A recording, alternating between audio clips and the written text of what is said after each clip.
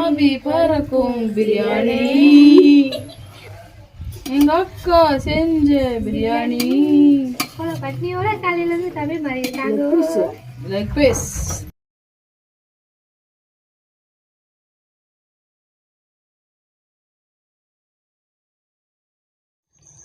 Hi, welcome to 3 roses kitchen. இன்றைக்கி நம்ம என்ன செய்ய போகிறோம்னு பார்த்திங்கன்னா ரொம்பவே சூப்பரான ஒரு சிக்கன் பிரியாணி தாங்க செய்ய போகிறோம். எப்படி செய்கிறதுன்னு இப்போ பார்க்கலாங்க. அதுக்கு பாத்திரம் சூடானதும் எண்ணெய் வந்து ஊற்றிக்கலாங்க. எண்ணெய் ஊற்றிட்டு இப்போ அதில் 3 டேபிள் ஸ்பூன் அளவுக்கு நெய் வந்து ஊற்றிக்கலாம். இது வந்து பார்த்திங்கன்னா ஒரு 15 பேர் அளவுக்கு சாப்பிட்லாங்க. அந்தளவுக்கு பிரியாணி தான் செய்ய போகிறோம். இப்போ இதில் பட்டை, கிராம்பு, அன்னாசிப்பூ, பிரிஞ்சி இலை இது எல்லாத்தையும் சேர்த்துக்கலாங்க. கல்பாசி எல்லாத்தையும் சேர்த்துட்டு கொஞ்சமாக பெருஞ்சீரகம் வந்து சேர்த்துக்கலாம். சேர்த்துட்டு இப்போ இது எல்லாத்தையும் நல்லா பொரிய விட்டதுக்கப்புறமா இந்த பாத்திரம் நிறைய பெரிய வெங்காயம் வந்து சேர்த்துக்கலாங்க. சேர்த்துட்டு இப்போ இதை வந்து வதக்கி விட்டுக்கலாம். இது வந்து பார்த்திங்கன்னா பொங்கல் அப்போ எங்கள் வீட்டுக்கு ரிலேஷன் வந்திருந்தாங்க. அவங்களுக்கெல்லாம் செய்கிறதுக்காக கொஞ்சம் நாங்கள் பெருசாக அதிகமாக செஞ்சோம். நான் போட்டிருக்கிற இதே அளவுகளில் எல்லா திங்ஸையும் சேர்த்துக்கோங்க. பிரியாணி வந்து ரொம்ப டேஸ்ட்டாக இருந்ததுங்க. இதே அளவு கரெக்டாக இருந்தது. இந்த அளவுக்கு நீங்கள் செய்கிறதா இருந்தால் இதே அளவு வந்து மெயின்டைன் பண்ணிக்கோங்க. இப்போ பாருங்கள், வெங்காயம் வந்து நல்லா வதங்கி வந்துருச்சு. நல்லா ப்ரௌன் கலரில் வெங்காயம் வந்து வதங்கி வரணுங்க. அப்போ தான் நல்லாயிருக்கும் பிரியாணி வந்து. இப்போ இது கூட பச்சை மிளகாய் வந்து சேர்த்துக்கலாம்.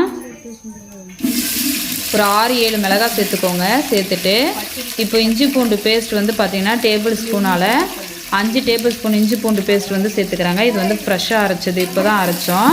அதுவே அப்படியே சேர்த்துக்கோங்க. அப்போ தான் பிரியாணி வந்து நல்லா டேஸ்ட்டாக இருக்கும். சேர்த்துட்டு இப்போது இஞ்சி பூண்டோட பச்சை வாசனை போகிற அளவுக்கு அதை நல்லா வதக்கி விட்டுடலாங்க. நம்ம இஞ்சி பூண்டு பேஸ்ட்டு சேர்க்கும் பொழுது அது வந்து அடிப்பிடிச்சு வரும். அதனால் நல்லா கலந்து விட்டுக்கோங்க. கலந்து விட்டதுக்கப்புறமா இப்போ புதினா வந்து சேர்த்துக்கலாங்க. சேர்த்துட்டு கூடவே மல்லி இலையும் சேர்த்துக்கலாம். கொஞ்சமாக ஒரு கைப்பிடி அளவுக்கு, ஒரு 4 விரலை நம்ம எடுக்கிற அளவுக்கு மீதி பண்ணி வச்சுக்கோங்க. அதை நம்ம அரிசி சேர்த்ததுக்கப்புறமா சேர்த்துக்கலாம். இப்போ இதெல்லாம் வதக்கி விட்டதுக்கப்புறமா தக்காளி வந்து சேர்த்துக்கலாங்க. இது வந்து மீடியம் சைஸ் தக்காளி, நல்லா பழுத்த தக்காளி ஒரு 10 தக்காளி வந்து சேர்த்துக்கோங்க. சேர்த்துட்டு இப்போ தக்காளியும் நல்லா வதக்கி விட்டுடலாம். தக்காளி வதங்கிறதுக்காக கொஞ்சமாக கல் உப்பு சேர்த்து வதக்கிக்கோங்க. அப்போ தக்காளி வந்து நல்லா சீக்கிரமாக வதங்கி வந்துடும்.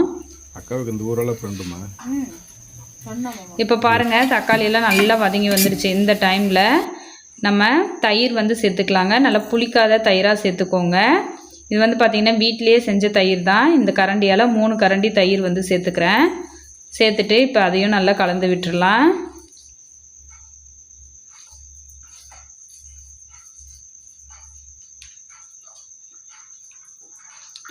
இப்போ கலந்து விட்டதுக்கப்புறமா மசாலா சேர்க்க ஆரம்பிச்சிடலாங்க. அதுக்கு 1/2 டேபிள் ஸ்பூன் மஞ்சத்தூள் சேர்த்துக்கோங்க. 1 டேபிள் ஸ்பூன் மிளகாத்தூள் வந்து சேர்த்துக்கிறேன். மிளகாத்தூள் எந்த அளவுக்கு காரம் வரைக்குமோ அதுக்கு தகுந்த மாதிரி நீங்கள் சேர்த்துக்கோங்க. மல்லித்தூள் வந்து ஒரு 5 டேபிள் ஸ்பூன் வந்து சேர்த்துக்கிறாங்க. சேர்த்துட்டு காஷ்மீரி மிளகாத்தூள் வந்து ஒரு 2 டேபிள் ஸ்பூன் அளவுக்கு சேர்த்துக்கலாம் கலருக்காக.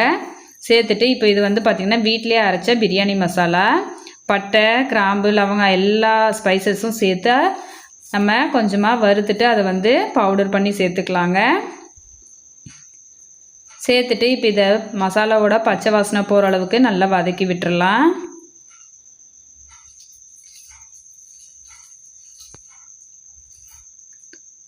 பாருங்கள், மசாலாலாம் சேர்த்து வதக்கி விட்டதுக்கப்புறமா எண்ணெயெல்லாம் நல்லா பிரிஞ்சு வர ஆரம்பிச்சிருச்சு.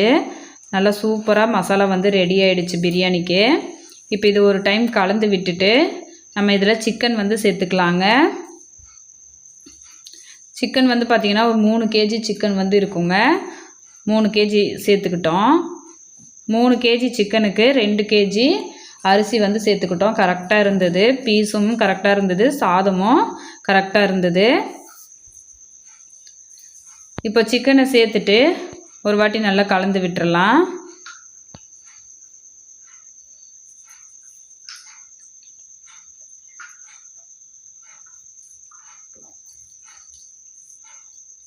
கலந்து விட்டுட்டு இப்போது உப்பு வந்து சேர்த்துக்கலாங்க. கல் உப்பு வந்து சேர்த்துக்கிறேன்.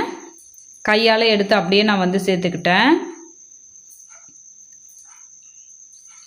சேர்த்துட்டு இப்போது அதையும் நல்லா கலந்து விட்டுறலாம்.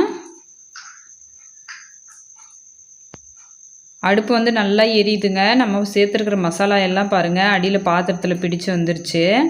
இப்போது சிக்கன் வந்து வதங்கிறதுக்காக கொஞ்சமாக தண்ணி வந்து ஊற்றிக்கலாம். இல்லைன்னா வந்து கரிஞ்சு வந்துடும் நம்ம சேர்த்துருக்கிற மசாலா எல்லாம். அதுக்காக தான் தண்ணி வந்து கொஞ்சமாக ஊற்றிக்கிறேன். அப்போ வந்து மசாலா வந்து கருகாமல் இருக்கும், சிக்கனும் நல்லா வெந்து வந்துடும். அதுக்காக தண்ணி வந்து ஒரு 2 சொம்பு அளவுக்கு ஊற்றிக்கலாம்.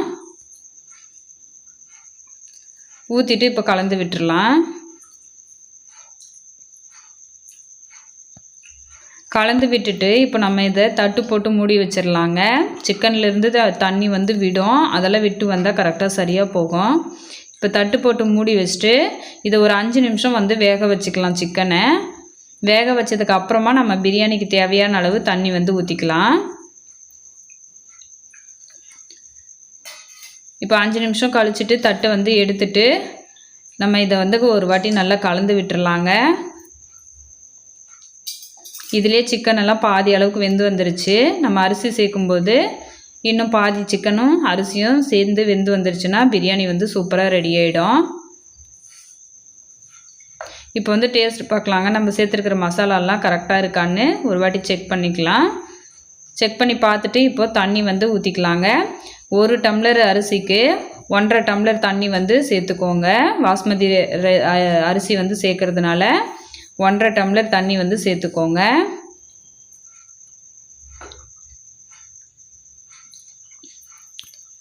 டம்ளரால் பார்த்தீங்கன்னா நான் வந்து ஒரு 10 டம்ளர் அரிசி வந்து சேர்த்துருந்தேங்க.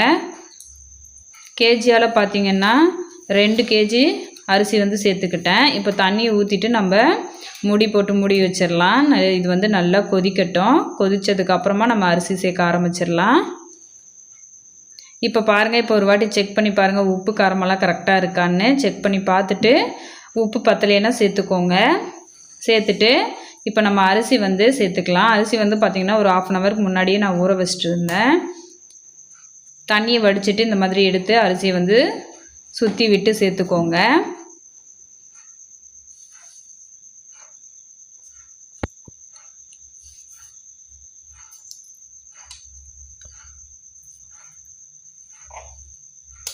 இப்போ அரிசி எல்லாமே நல்லா சேர்த்தாச்சுங்க. சேர்த்து விட்டுட்டு ஒரு தடவை வந்து நம்ம கலந்து விட்டுறலாம். சும்மா லைட்டாக இந்த மாதிரி கலந்து விட்டுக்கோங்க. எல்லா பக்கமும் அரிசி வந்து ஈவனாக படுற மாதிரி கலந்து விட்டுட்டு இப்போ நம்ம லெமன் வந்து பிழிஞ்சு விட்டுக்கலாங்க. 2 லெமன் வந்து நான் வந்து சேர்த்துக்கிட்டேன்.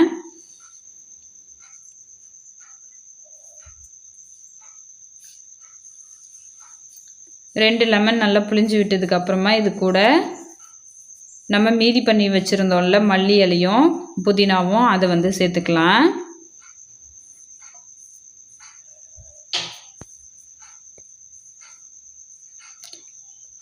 இப்போ தலையெல்லாம் சேர்த்ததுக்கு அப்புறமா நம்ம தட்டு போட்டு மூடி வச்சிடலாங்க.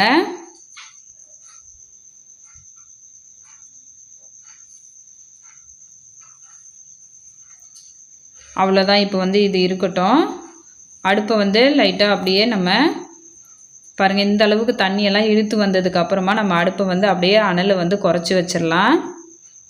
குறைச்சி வச்சுட்டு இப்போ நம்ம இதில் நெய் வந்து ஊற்றிக்கலாங்க. முன்ன ஒரு 3 டேபிள் ஸ்பூன் நெய் ஊற்றினேன். இப்போ ஒரு 3 டேபிள் ஸ்பூன் நெய் வந்து ஊற்றிக்கிறேன். ஊற்றிட்டு இப்போ தட்டு போட்டு மூடி வச்சிடலாம். அனலெல்லாம் அதில் இருக்கிற விறகெல்லாம் எடுத்து தனியாக வச்சிடலாங்க. வச்சதுக்கப்புறமா அந்த இருக்கிற நெருப்போட அனல்லையே அந்த மீதி இருக்கிற தண்ணியும் சுண்டி வந்துடும். பாருங்கள், தண்ணியெல்லாம் எதுவுமே இல்லை, நல்லா தண்ணியெல்லாம் ட்ரை ஆகிடுச்சு. பிரியாணியும் ரொம்ப சூப்பராக உதிரி உதிரியாக அருமையாக ரெடி ஆகிடுச்சு. எல்லாமே கரெக்டாக இருந்ததுங்க. அரிசியும் கரெக்டாக நல்லா சூப்பராக குலையாமல் நல்லா உதிரி உதிரியாக அருமையாக சிக்கன் பிரியாணி வந்து ரெடி ஆகிடுச்சு. பாருங்கள், பார்க்கும்போதே உங்களுக்கு தெரியும். கண்டிப்பாக நீங்களும் ஏதாவது ஒரு ஃபங்க்ஷனுக்கு பிரியாணி செய்யணுன்னா இந்த அளவுகளில் செஞ்சு பாருங்கள். கரெக்டாக இதே மாதிரி வருங்க. ரொம்பவும் டேஸ்ட்டாக இருக்கும். இப்போ இதை ஒரு பிளேட்டுக்கு வந்து மாற்றிருக்கேன் பாருங்கள். ரொம்ப சூப்பராக அருமையான பிரியாணி ரெடி ஆகிடுச்சு. கண்டிப்பாக நீங்களும் இதே மாதிரி செஞ்சு பார்த்துட்டு உங்களை ஃபேமிலியோட என்ஜாய் பண்ணுங்கள். ஃபஸ்ட் டைம் நம்ம சேனலை பார்க்குறது இருந்தால் சேனலை சப்ஸ்கிரைப் பண்ணிக்கோங்க. மறக்காமல் லைக் பண்ணிட்டு உங்கள் ஃப்ரெண்ட்ஸ் அண்ட் ஃபேமிலி மெம்பர்ஸ்க்கு ஷேர் பண்ணிக்கோங்க.